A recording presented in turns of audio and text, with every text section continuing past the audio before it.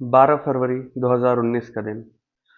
तमिलनाडु के पोल्लाची में रहने वाली कॉलेज जाने वाली एक लड़की को उसके एक दोस्त का फोन आता है कि उसे उस लड़की से अकेले में कुछ बात करनी है और वो उसे उसके पास घर के पास वाले बस स्टॉप के पास मिलने के लिए कहता है।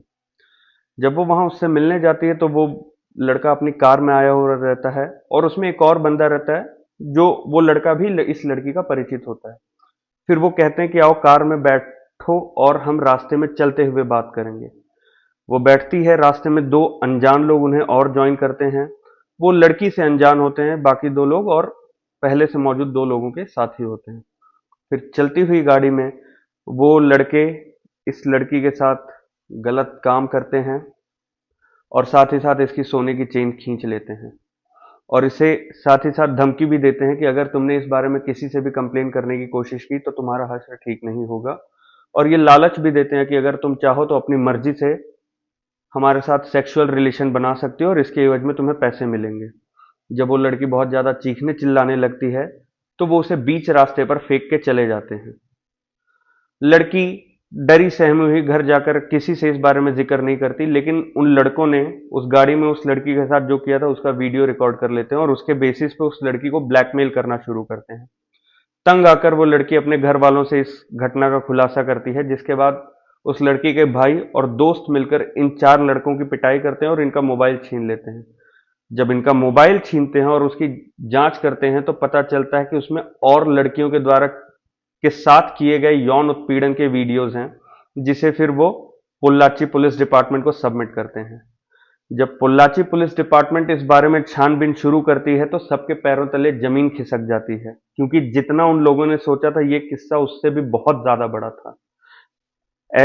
मीडिया रिपोर्ट्स की माने तो ऐसा एस्टिमेट है कि तकरीबन 200 लड़कियों के साथ गलत काम किया गया। इनके काम करने का एक पैटर्न था। ये फेसबुक पर फेक प्रोफाइल बनाते थे, उसके बाद इन लड़कियों से बातचीत शुरू करते थे।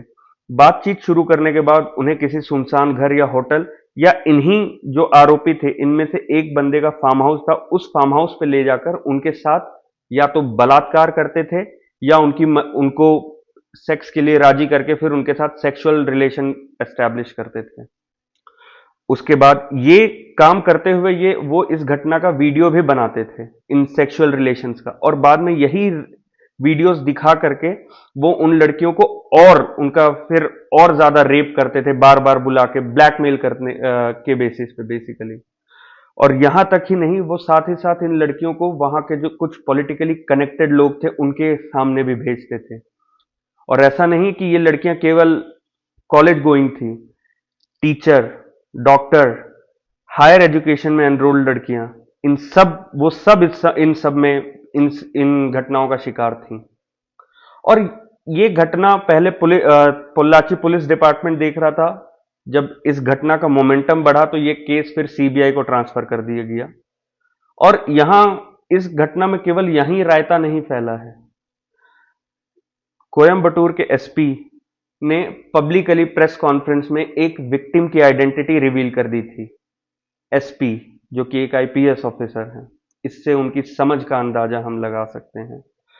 किसी विक्टिम की आइडेंटिटी रिवील करना, खास करके सेक्सुअल एक्सप्लॉयटेशन के मामले में, अपने आप में एक दंडनीय अपराध है।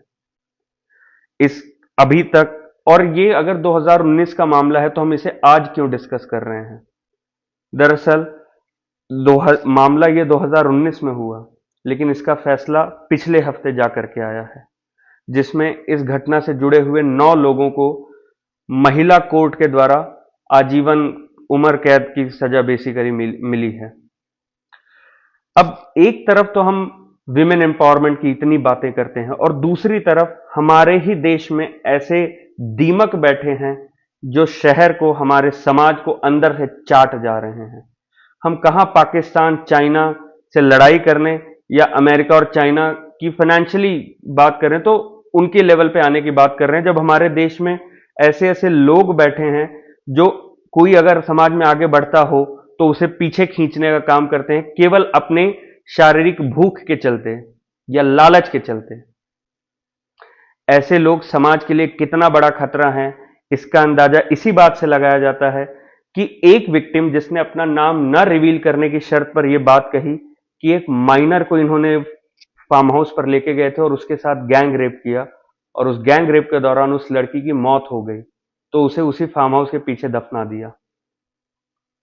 अब ये मैं आपके कॉन्शियंस पे छोड़ता हूं कि ऐसे राक्षसों के लिए क्या उम्र कैद की सजा काफी है, या रेयरेस्ट ऑफ रेयर क्राइम के अंडर इन्हें फांसी नहीं दी जानी चाहिए थी।